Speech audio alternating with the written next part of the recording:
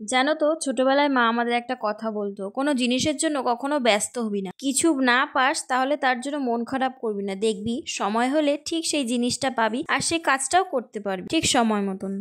যাই হোক, তোমরা এখন ভাবছো হয়তো যে আমি এখন এই ধরনের কথা কেন বলছি। আরে বাবা, তার কারণ আছে। আসলে বেশ 2-3 মাস ধরে ভাবছিলাম যে একটু মায়ের মন্দিরে যাব পুজো দেওয়ার জন্য, তো কোনো না কোনো কারণে আমাদের কিন্তু প্ল্যানটা ভেস্তেই যাচ্ছিল। কথায় আছে না, মা যতক্ষণ না চাইবে তুমি দর্শন পাবে না মায়ের। আসলে সেটাই হয়েছে আমার সাথে। যাই হোক, আজকে হলো একটা বিশেষ দিন, আমার হাজবেন্ডের যেহেতু বার্থডে। গতকাল রাত্রেই বলে রেখেছিলাম যে আজকে একটু মায়ের মন্দিরে যাব। তো ভিডিওটা অনেক লেট পোস্ট হচ্ছে, বার্থডে গেছে ওর 28শে জুলাই। তো আজকে তো প্রায় 6-7 তারিখ হয়ে গেছে। তো বিভিন্ন কারণের জন্য আর কি ভিডিওটা আমি এডিট করতে পারছিলাম না সময়ের অভাবে। দেখো, বাইরে কিন্তু ভালোই মেঘ করে আছে, বৃষ্টিও ঝিরিঝিরি পড়ছিল। তো মায়ের প্রতি ভক্তি থাকলে কত কিছুই না সম্ভব হয় বলো করা, শুধু ভক্তিটাই প্রয়োজন। যাই হোক, এদিকে আমরা কথা বলতে বলতে দেখো পৌঁছে গেছি মায়ের মন্দিরে। এদিকে যাব, আগে আমরা একটু জুতো আর ফোন টোন সব কিছু রাখবো, তার আগে একটু ডালাটা নিয়ে আসবো।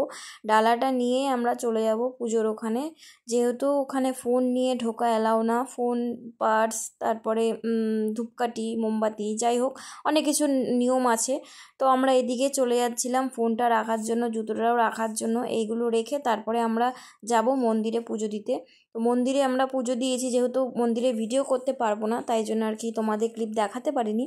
পুজো সেরে এদিকে চলে এসেছি, দেখো ডালা আমার হাতে আছে সুন্দর মতন, একদম অল্প লাইনে আমরা পুজো দিয়েছি। পুজো সেরেই তারপরে চলে এসেছি একটুখানি, একটা রেস্টুরেন্ট আছে, এই রেস্টুরেন্টেই চলে এসেছিলাম একটু টিফিন করতে সকালে, যেহেতু অনেক সকাল সকাল বেরিয়েছি আমরা, হালকা একটু খিদে খিদে পেয়ে গেছিলো, তো সেই জন্যই আর কি।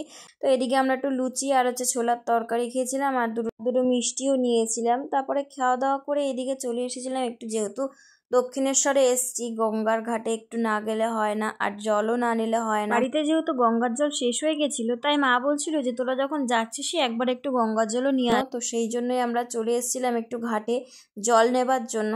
তো এখানে আমাদের আর নিজেদের নামতে হয়নি, এখানে একটা লোক ছিল, এরা আর কি এলাকারই লোক, এদের কাছে কিছু টাকা দিলে এরা আর কি জল ভরে দেয়। তো সেই জন্যই আমরা আর কি এদের কাছে এসেছিলাম।